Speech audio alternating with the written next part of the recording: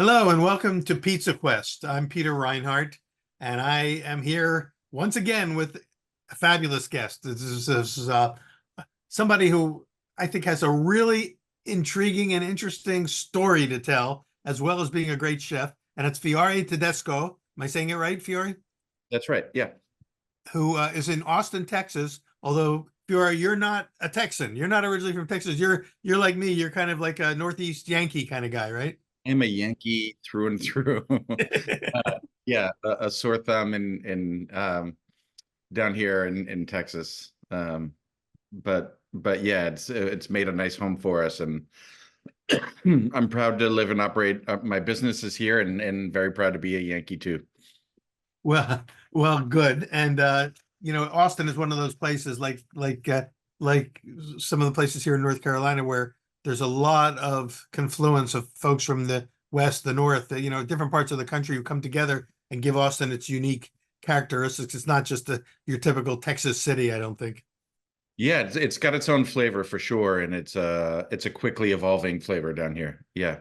So I'm going to ask you later on, find out how you ended up there of all places. But I want to start with just reading a quote that I got off your Instagram that I found really compelling. And that is this. You wrote, leave room for magic, for mystery, leave room for God.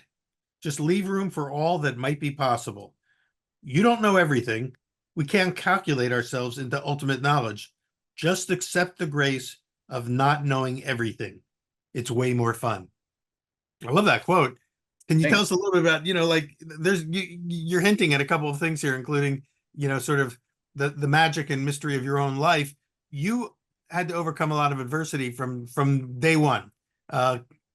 Give us a little bit of the backstory of Fiore Tedesco and how you, by the way, before we get going, mention that your new restaurant, the reason we're talking to you today is your new restaurant is Bambino in Austin, a pizza themed but Italian restaurant with a lot more than pizza going on. So we'll find out more about Bambino in a bit. But in addition, you also have Loca d'Ara, right? Is that restaurant still happening? Locadoro is still open. Yeah, Locadoro's it's my baby. It's named after my daughter. It's 8 years old, and we're actually in a really exciting moment there. I've just finished a big construction project that I did myself over there this Wow. week Wow. to remake the dining room into an all tasting menu experience. Um, Interesting. that I never imagined that to be. I designed that restaurant and the experience of that restaurant to be a neighborhood Italian joint, right? Uh-huh. That I've walked into 200 in my lifetime, but Right. that leave great resonance. And to me, it's like leaves a great opportunity to leave like to leave people in with wonderful experiences with what I know how to do. But I had a dream in 2020, literally like woke up in the morning and the restaurant was not open, was not back open yet. Shut down for COVID, and I was managing a meals program, working with the school district in Austin, administrating 80,000 meals a week that were going out for kids and caregivers.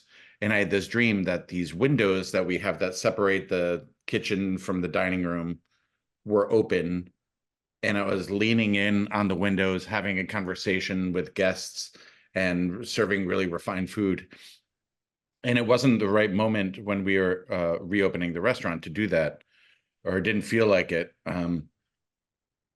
And about 6 months ago, I realized it was that moment and that it was time to do that.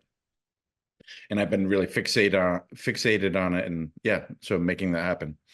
So Yes. it's Looking now a for tasting menu, kind of like a how many course tasting menu? it'll be something like a 7 course tasting menu with additions, uh uh some pasta, some a lot of seafood, really varied menu, bringing in a lot of the influences we're already working with, but just showing it off in a really a more refined way than Yeah. we generally allow ourselves there. Sounds a little bit like what Mark Vetri does in Philadelphia at his famous Vetri restaurant.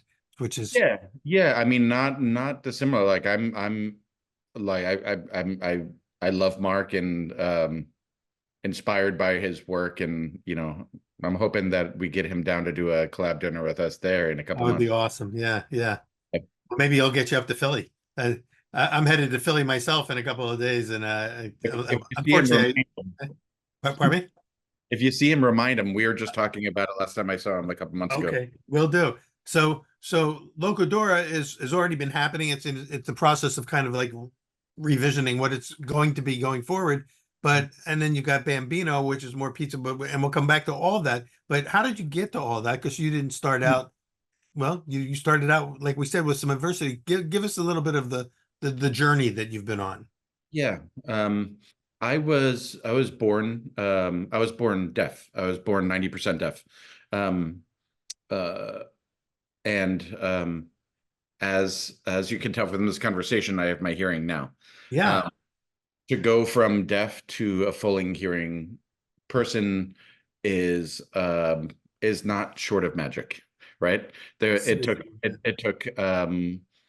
took a lot of vigilance and belief in from my mom in a time where doctors were telling my mother that I wasn't hard of hearing, but I was slow, and to prepare for Oh, that with me.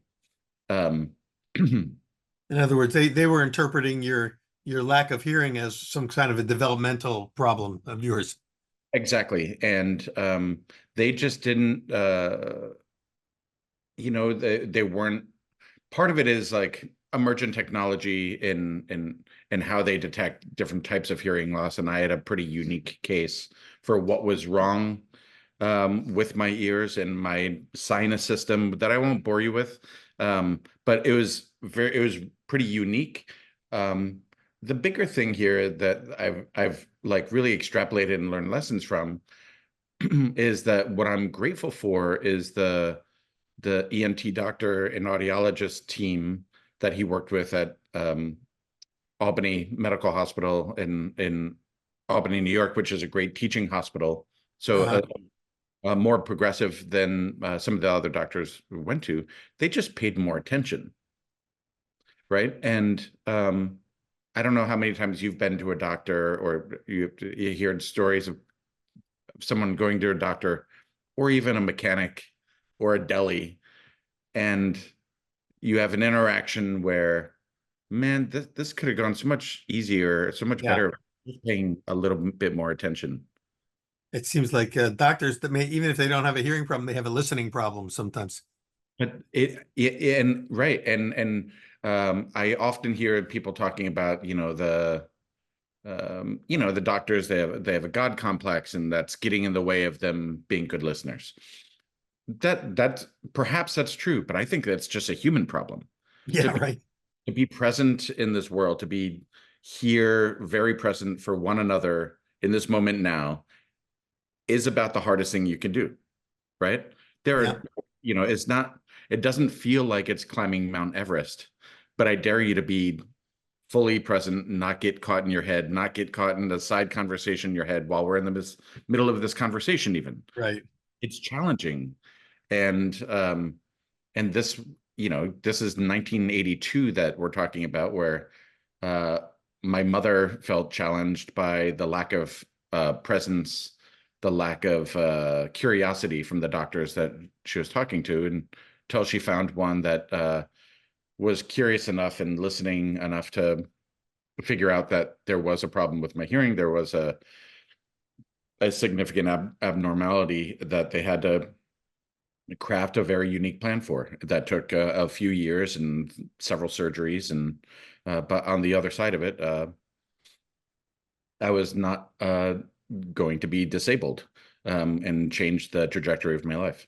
Yeah. Well, the amazing thing is that it was correctable apparently through surgery, which not everyone who's born with profound hearing loss has that opportunity.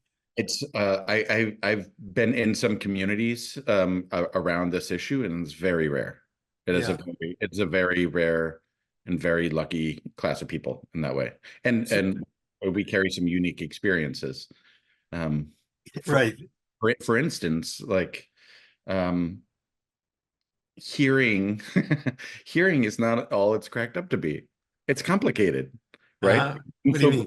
I'm grateful for. I'm so grateful that I get to hear, right? Yeah, yeah, I was a professional musician for a decade and a half, right? Touring the world. I love music. I love, you were a drummer, right? yeah, yeah, and I love the sonic possibilities in the world.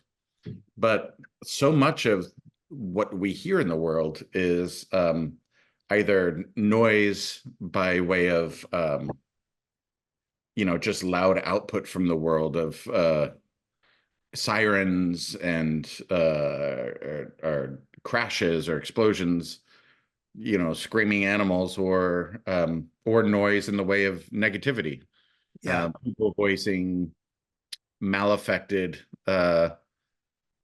words in your direction about what you may or may not be able to do, right? right. And blocking out that noise, being able to block out all of that noise is truly a gift too. Yeah.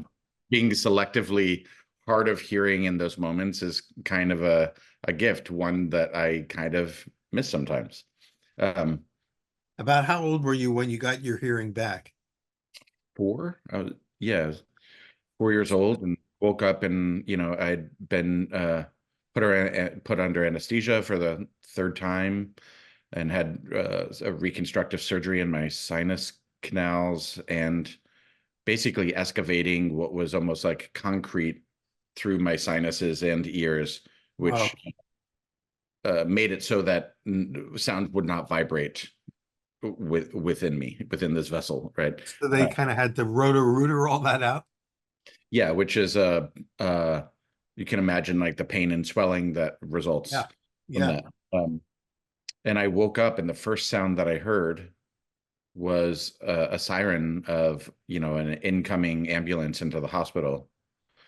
And the sounds that I had heard before that in my life were the murmur, the almost like the Charlie Brown teacher, the murmur, murmur, murmur. Yeah. Yeah. That, Yeah. that that was what I was able to hear, right? But really and when that's all you can hear is like the very, very faint, distant murmur.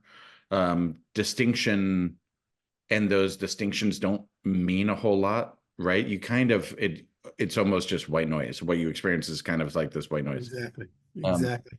and to hear like this first real sound that I heard was this ambulance and the sirens of it, I just started sobbing. It's not a nice sound, it's ugly.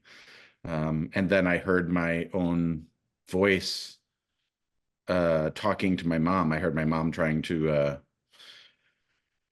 to calm me, and I heard my own voice in response, and I realized then, which was really painful, like that my voice didn't fit in. My I didn't sound It didn't sound normative. I Uh-huh. didn't, and spent the next couple of years like sort of wrapped up in the shame of that, and yeah, of not being I could now hear and make sense of things, but I couldn't. My the systems in which learning to speak for me were way, way behind. I didn't know how to do it, so I was in speech therapy till I was a teenager. So I was going to ask you, how did you overcome all of that? Because that's a lot of challenges. Yeah, Uh, and it was with the help of others, sounds like, and hard yeah. work.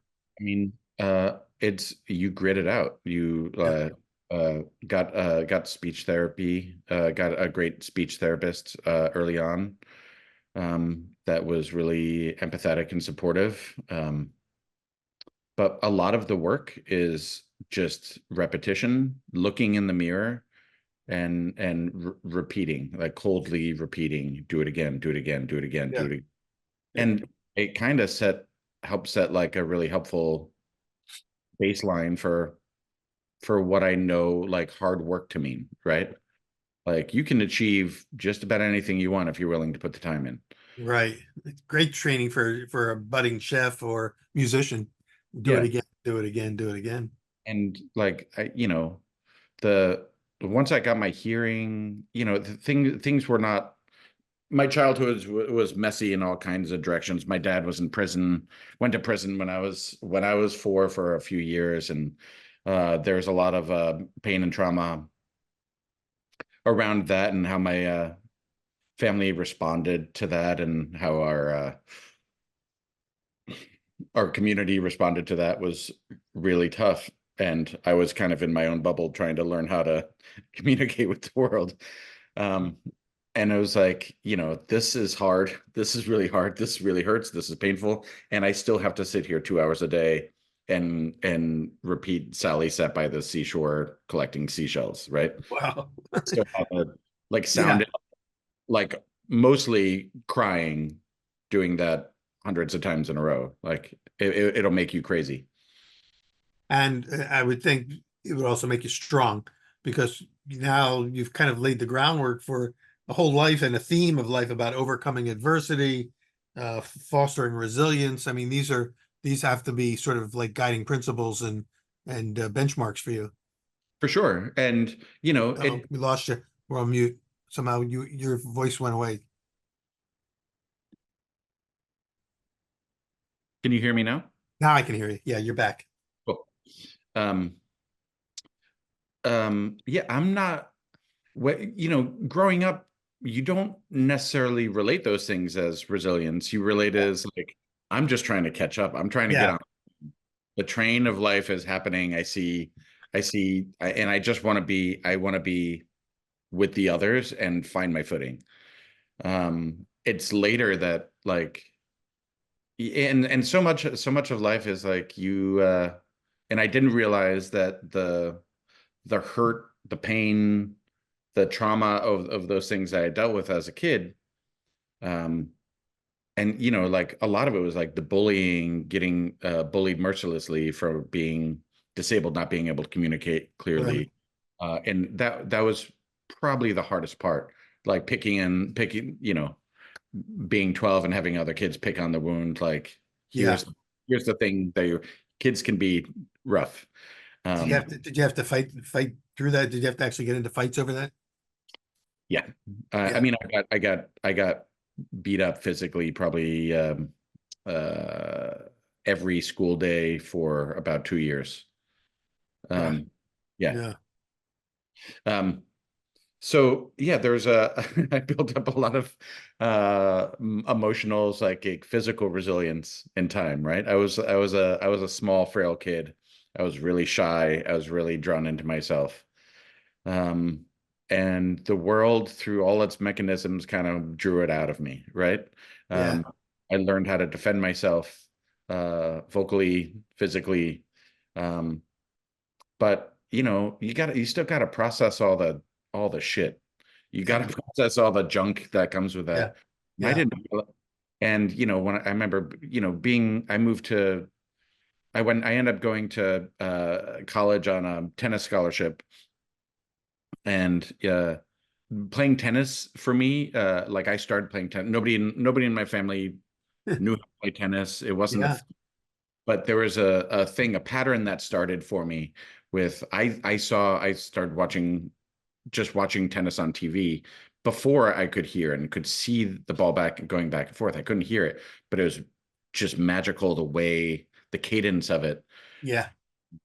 And so when I was like 8 years old, I found a tennis racket in my dad's closet, and I went out and hit against the house, and then went down to the park, drove my bike down to the park and hit against the wall.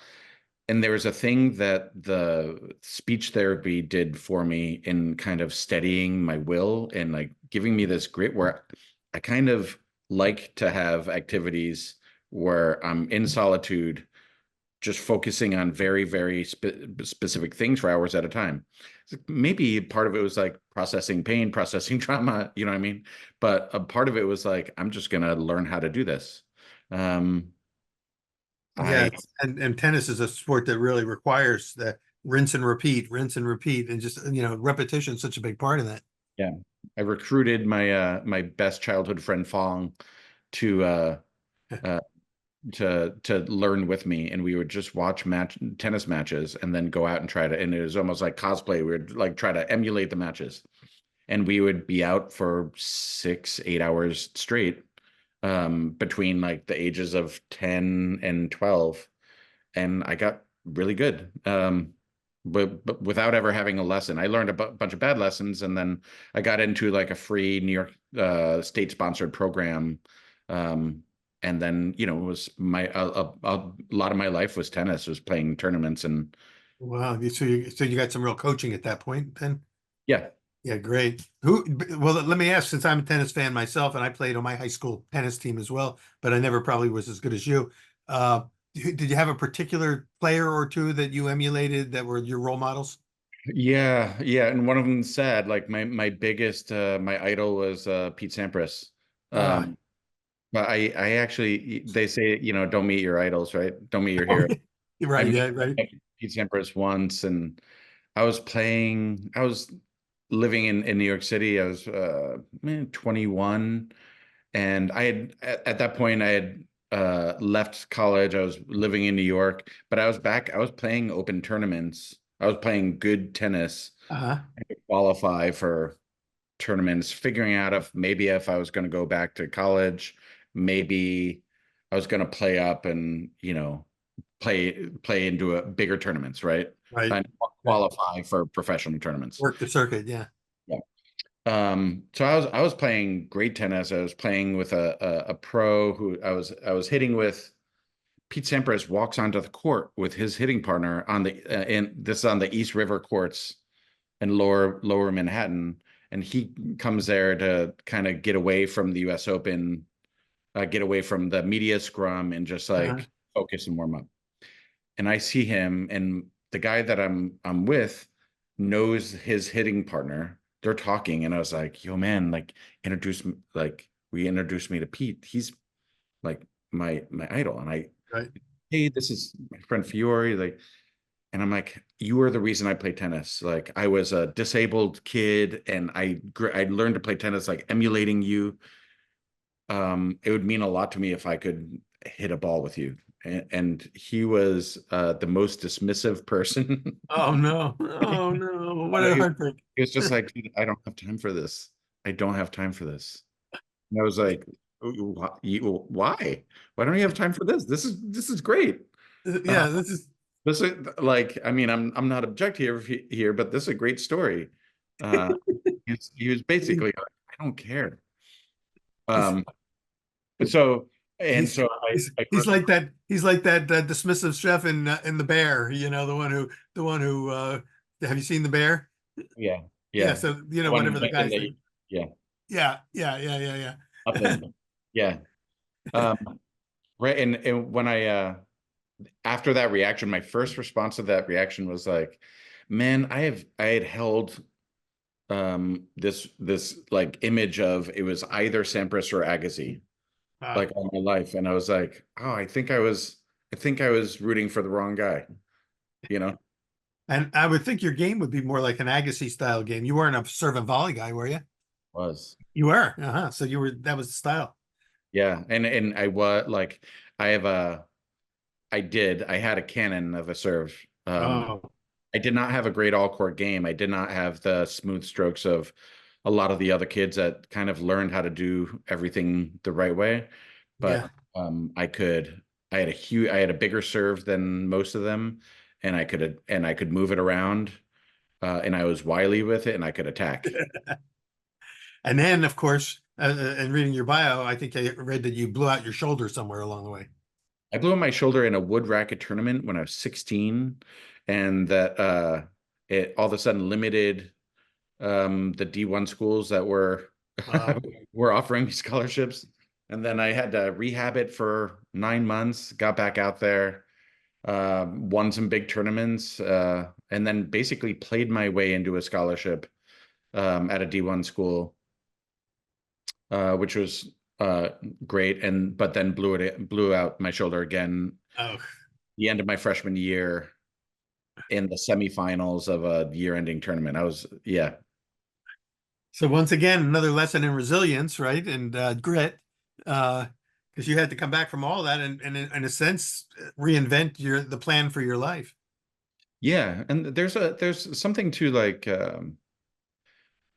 I always imagined, I truly imagined that I was going to be, I can tell you the dreams that I had about winning Wimbledon I can tell you what the grass smelled like, Oh, right? Like the the the bruises on my knees. I could tell you what they felt like from from pounding my knees into the dirt, into the grass after I won the tournament. I've had this dream so many times.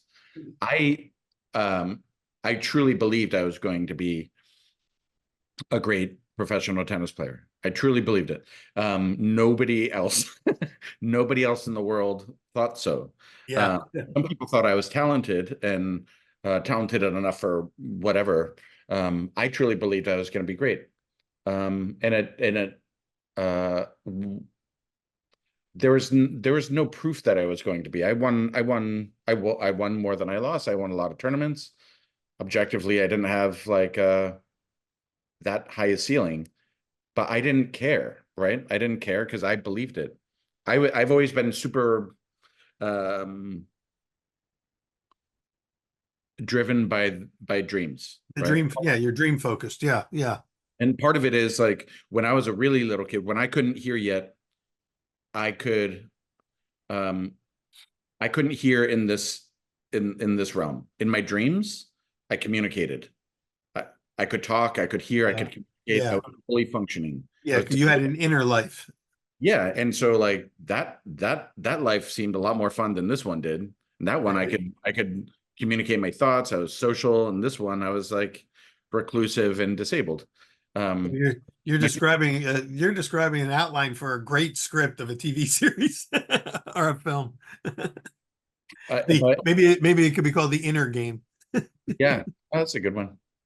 Um, it's always driven me, and I'm not that moved or motivated regularly with the cues that I receive in this world. People can tell me, I think this, I think that, like you're gonna do this, you're gonna do that. I'm like, I have, I'm more driven to try to literally follow my dreams. And if I had a dream that showed me the a possibility of greatness, what else? Then I'm just gonna go get it. Yeah. Yeah. I'm literally just gonna do what I can to follow that dream. But I have a life of literally following different the breadcrumb trail that dreams are leaving me and pointing my path in the direction of them, right? That it's why I'm here. It's why I'm Right. here. I've done plenty of work in this world. I've there's lots I believe in, but I'm right here at this point because I've been moved physically um, and motivationally by the dreams that I've had. Well, you said something earlier too that I think plays into this, and not everybody who has dreams has the will to or the courage, to step out on those dreams. But you said that you, for instance, when you believed in your tennis game, even when nobody else believed that you could go that far, you were still seeing yourself winning Wimbledon. I think that one of the keys to successfully following the breadcrumb trail, and I like that image as well, is is having confidence in trust in yourself, trust in belief in yourself, not trust in yourself, but belief in yourself. And that takes courage. And it sounds like you, as part of that journey in the early years, you developed a certain trust in that in your inner ability to be able to achieve something, whatever you set your mind to. Would that be a fair characterization of? Yeah, yeah, I'm not. I've always um it's always felt more like I've got nothing to lose, right? Like Yeah. I don't know what I would get caught Oh, up. lost your sound again. Lost the sound again for some reason. I don't know why. It's an internet problem, I think. It's one of the challenges of doing these Zoom interviews. Is that better? Not back yet. Okay. There you go. Back. Back? Yep, you're back. Okay, great. Um yeah, I always felt like I mean we were for a lot of my childhood we were really poor. We were in a spot. Things were not always great. So I felt like it's a in a way um the position of I got nothing to lose. I can just go Yeah. for it. Yeah. Yeah. I've always felt that, like, and really, like, I'm so wildly appreciative and grateful for the life I have now, and for my wife and my kids and my community. But I still feel like, in trying to carve out a life for myself and the rest of my life for myself, and trying to understand who I am, try to communicate who I am, trying to find work and meaning, and and deep community, and sharing thoughts and ideas. I have nothing to lose. Like, there's nothing to stop me. I'm not scared. I'm not self-conscious about any, or scared about anything that gets in the way of that. I feel pretty free and confident in that way. I don't know. I can't imagine um, what the problem would be, right? Yeah. Um, right. Yeah. And like, and you don't like, man, in business, I feel like, in a lot of ways, in business, in since dedicating myself to becoming a chef, and working a life in hospitality, I feel like I have every bit as many losses as I have victories. Yeah. And it doesn't change the equation. You know what I mean? Like, it's like Yeah. that's what's going to happen. Um, Well, you've won tennis matches and you've lost tennis matches. But that's right. yeah, so all that life experience, it sounds like, I'm just kind of consolidating everything I'm hearing, is that the your life experience kind of prepared you for both, sort of the courage to step into things and to not be discouraged by failures, because you win some, you lose some. Yeah, yeah. And the thing that I've really had to learn along the way, uh, the thing that it took me a long time, uh, for all the reasons that we talked about, but I think is it took me that the winning and losing part of it. I was like, I'm not scared by that part. But there, now in life, especially having a family and having the communities of my restaurants and my, like, broader community of friends and network around me, often there's a lot more people involved, right? It's not just me. Yeah. It's not about me, right? And growing up kind of deaf and isolated in this way, I thought there was only me, right? It was me versus the world. Mm, I don't feel like it's me versus the world. I feel like it's me advocating for the people that I love and care about the most yeah. versus the Well, world. well, which is really admirable. In fact, I know that one of the things that you've instituted at your restaurants is a policy, a 20%, what would you call it, a surcharge policy, that in lieu of a gratuity, that Yes. goes directly to support your staff in a way that would go beyond what they would normally get through tips. Well, and what I would say is it's 20% on it, it replaces tips. So when people come to my restaurants, they're not paying a dime more than they would if I didn't say anything, right? But by itemizing it in that way, it gives us power as employers to distribute that with uh, equally to the staff, right? Right. And If that's both front of the house and back of the house staff get sharing that? That's right. Wow.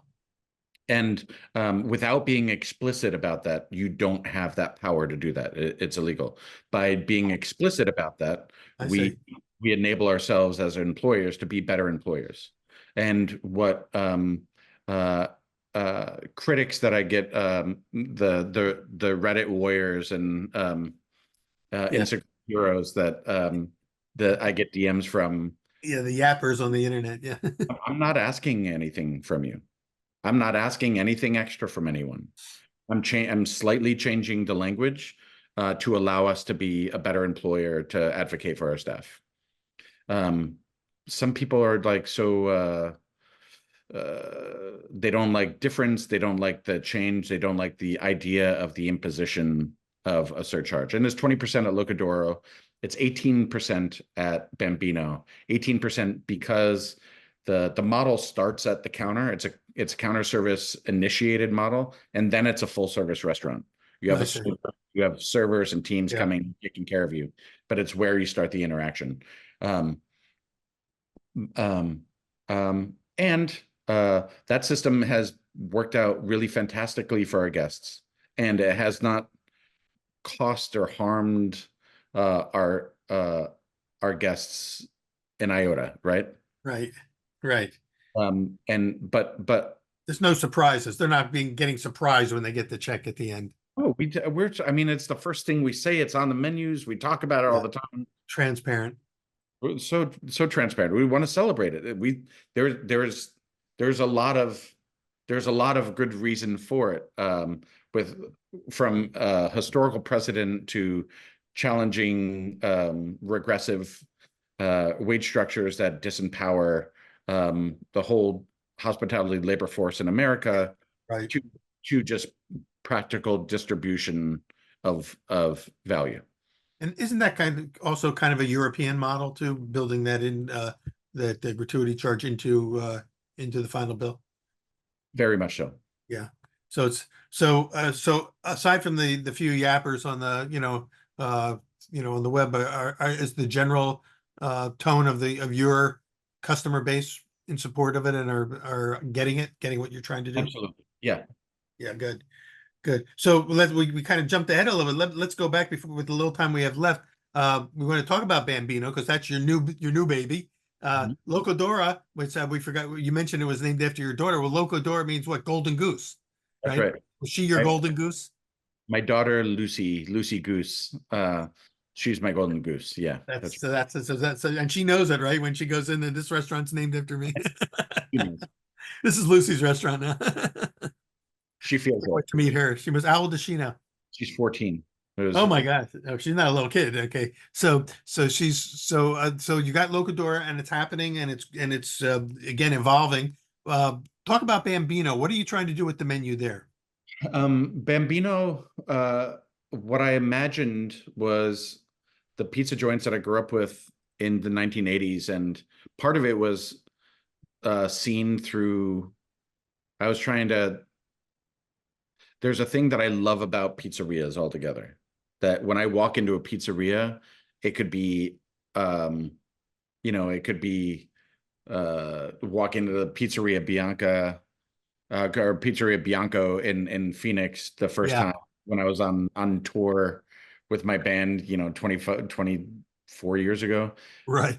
And wow, this is really cool. Or it could be walk into like a hole in the wall in Westchester, or or walking into a Pizza Hut in 1984, right? There's a magic to it that has like a gravitational pull on me. And I was trying to understand that and thinking about why I wanted to open this.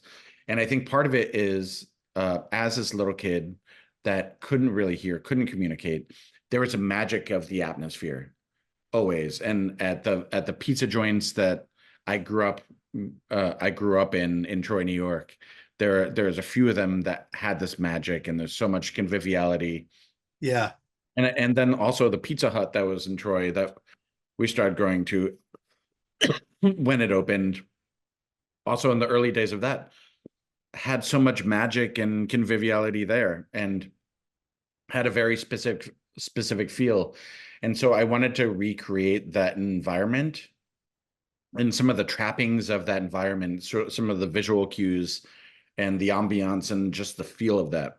And so I wanted to make a pizzeria that could move other people the way pizzerias moved me in the early 80s, right? And that was my way in.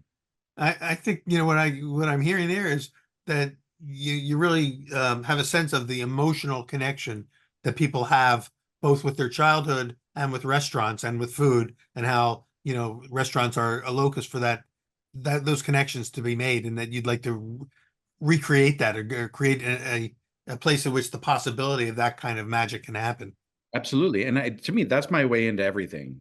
Way in to imagining anything, especially within the realms of hospitality. Buying a slice of pizza, you're doing that in an environment that is more similar than dissimilar to Yeah. like getting a tasting menu at 11 Madison Park, right? Right. Right. It is a hospitality interaction in which you're either making choices to allow people to feel great or allow people to feel not great, or you're intentionally making choices to push that conversation in a certain direction. And so most of these are informed by the thing. I mean, they're informed all by the things that we see and the things that we don't see. And so I try to imagine what the universe is of it so I can see more of them, so I can pull on the threads and hopefully be a better communicator about our intentionality. Well, as I look at your menu on the website, for people who are listening or want to check on this, you want to go to bambinoaustin.com, I believe is the website link, or just search it out as Bambino in Austin. But I'm looking at even the names of your pizzas are very whimsical, and they seem to again be reaching into your past or into some connections that you have that are personal to you that you want to bring your customers into pieces like the Little Stinker or the Copacabana. You got another one called what? No Unabomb, which is I guess that's a little that was a that's got a according to the menu, it's tomato, summer squash, chili bomba, garlic breadcrumbs, and double parm. So there's, Yeah. that's the concept there. But talk a little bit about how you've come up with some of these names and how you chose the types of pizzas that you make, and let's describe these pizzas because they're not really pure Neapolitan and they're not truly quite straight New York style. There's some kind of a hybrid between those two, it looks like, at least from the photos. And you're making your own cheese too, right? You're pulling your own mozzarella. Yeah, we pull all of our own fresh mozz. Yeah. So you got a lot of things that kind of differentiate you from any one particular site. It's almost a hybrid of the best of your past and your future. Yeah. And I've been working with bread, or working with flour, and I started working in Uncle's Bakery when I was 10 years old. Um, I've been working with bread forever, and I feel like it's such a beautiful ground for creation. Like with flour, yeast, and salt, you can create totally different universes, right? Right. And so the idea of pizza, the idea of getting stuck in conversations about Neapolitan versus Yeah. style, I find it can be a really regressive conversation because, man, why are we that we pigeonhole this very, very specific thing where every pizza, we can talk about the New York style pizzas and like, John's versus, like go down the Right. list of our favorite places. Are they stylistically similar? Yes, but there might be so much different that's going on in that pizza. Right. And so like I would like to think that our pizza lives somewhere in that continuum, right? But And it looks like it. I mean, let's break it down a little bit. Talk a little bit about the crust because I always like to start with the crust. What kind of flour and fermentation techniques are you using? um And uh this is for those listening in or like us, the pizza geeks who want to know right. all the details. How you got there. We're using a blend of flour that we're using central milling double O normale Uh-huh. and a little bit of spelt flour that's Oh, from that's interesting. Yeah. Barton Springs Mill here in Texas, and um, two other flours from Barton Springs Mill from that are Another great Texas small milk in Texas. Yeah, wonderful flour. Yeah. James Brown, a friend, the miller and the founder of the mill. They do wonderful work. Really believe in them. I have a And bag of his flour right here in my home kitchen here. So that's awesome. So uh, me and Daniel and Cody Hendricks, Cody and I have worked together for a long time. He's an incredible baker, wealth of knowledge. I was at Roberta's in those first couple years, and the first couple years I started working there like 6 weeks after they Oh, opened. oh, Um, so you're there in the early days of Roberta's. so I may have run into you there. I think we probably have. I was always in the back. I Uh, I sort of was functionally would be running the kitchen in the back, but well, technically working under Carlo, and like Falco would be running the pizza. Anthony Falco, yeah, yeah, Yeah, who's going on to become this international pizza consultant, as bizarre. using Roberta's as his launching pad. Yeah, Roberta's was a great launching pad for a lot of people. for sure. And Falco and I were uh did a lot of hanging out and talking at the time. It was a really wild environment, and Yeah, we are trying to grit it out and doing the best we can, and yeah. trying to find our places in the world. And I talked, Anthony Falco was at Bambino not long after it opened. And like, for instance, you mentioned the little stinker. He was like, "Did you do that on purpose?" I was like, "What are you talking about?" There's been the little stinker at Roberta since day one. Really? I totally, which is a totally different pizza. I looked at and I was like, "Oh yeah, I totally forgot." I I That's did. funny. Yeah, I did. It was buried deep in there somewhere, maybe, maybe. But your little stinker has lion's mane mushroom on it. It has mushroom conserva. It's got a couple of different kinds of cheeses, kale, Yeah, garlic, red pepper flakes. It's I guess it's the garlic that makes it the little stinker, huh? it's really it's the Taleggio Oh, the that pleasure cheese. Yeah, yeah. uh, that made me want to give it that moniker. It is Aaron Franklin's favorite pizza. He comes and gets that once or twice a week in there. Um, Well, he gets it with the sausage, which is a pretty good move. yeah, that's another option on your pizzas is to get sausage. So we were talking well, that's funny that you were able to kind of full circle it with Falco, which is great. I'm glad you got to come in. Um, and so we were talking about this sort of connection, this emotional connection that you have with your food and that you try to bring to your customers. The dough itself is the fermentation technique just a straight dough? Is it yeast only? Is there sourdough in it or anything like that? Uh, yeah, it's sourdough started.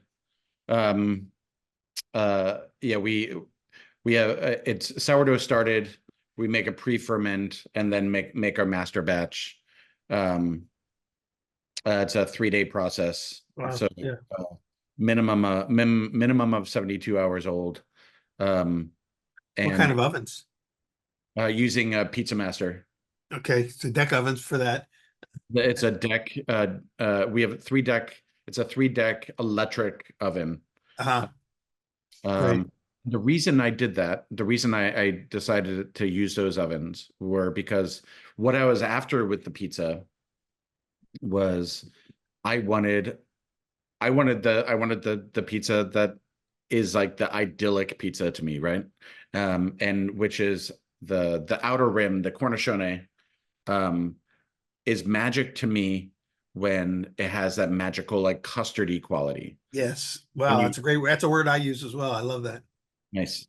And when you open it and just like big, beautiful, and part of that custardy quality is the air pocket, is the air Yeah. pockets. Yeah. And part of it is just the relative thickness and cook of the dough. I want it like fully cooked, but I want like really high hydration quality where I can really so it's almost like melts in your mouth.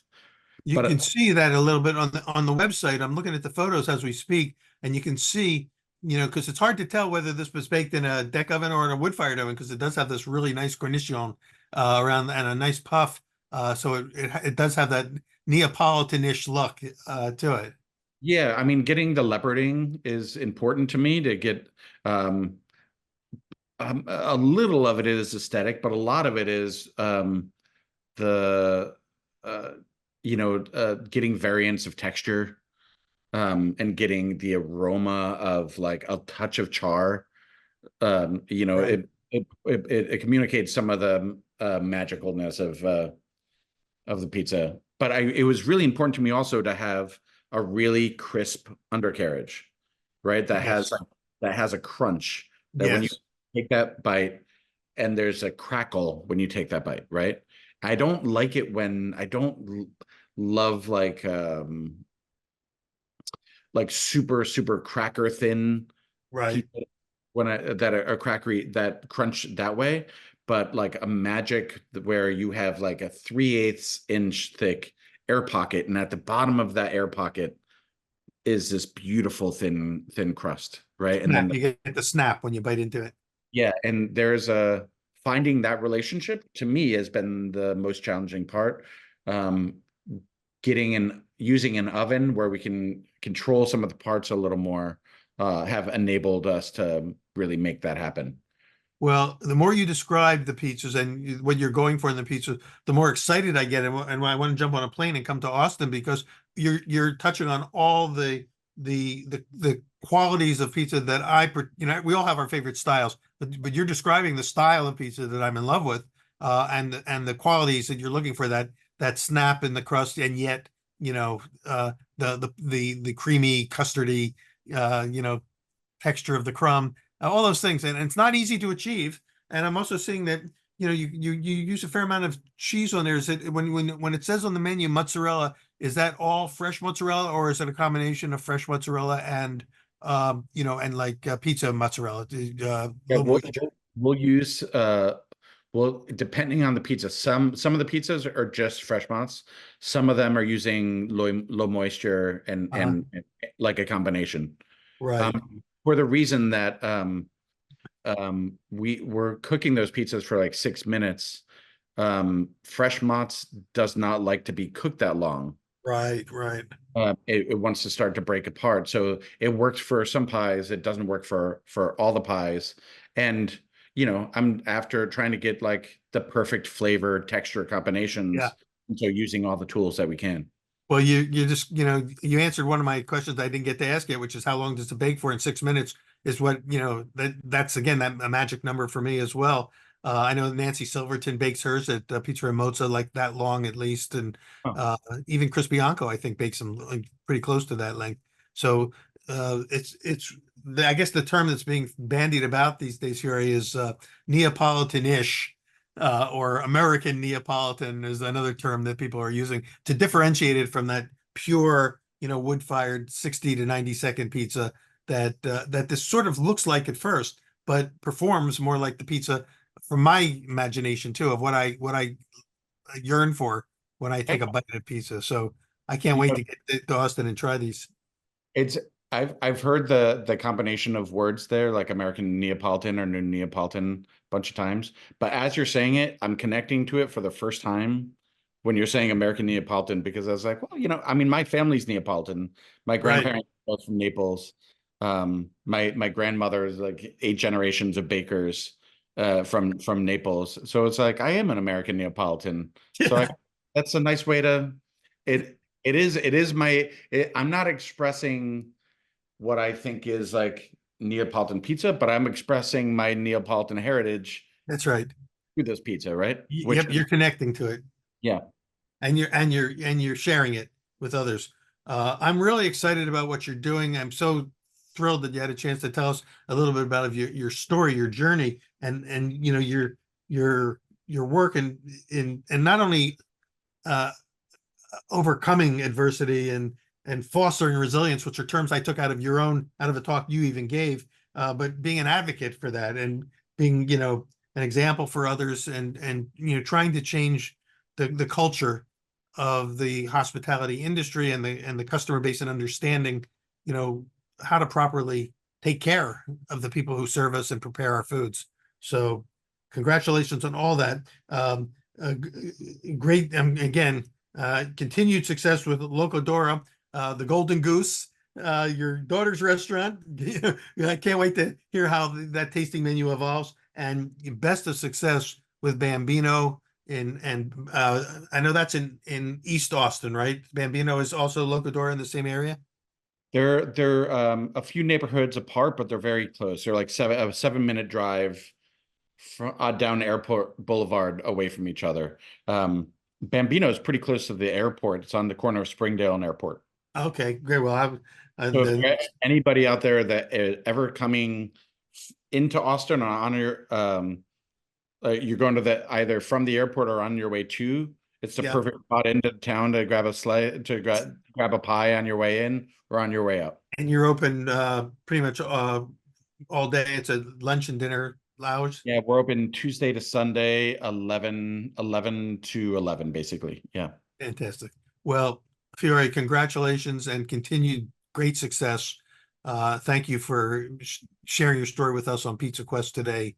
And I look forward to seeing you in person one of these days and trying your pizza, and encourage any of you who are listening or watching to head there when you're anywhere in the neighborhood, and tell them that when you go there, are you usually there now at Bambino, or are you back and forth? I'm there. I'm there a lot. More than you'd like. Eventually, but not as much. Service, I hop and back and forth between Yeah. the restaurants a comical amount. Awesome. But Peter, if I may, I'm Yeah. a big fan of your work. Thank I you. love the conversations and the space you hold for people. I love your perspective. And thank you for making the time for me. Well, I likewise, and I really appreciate you coming on. I've had a chance to finally kind of connect, and I've been looking forward to this for a long time.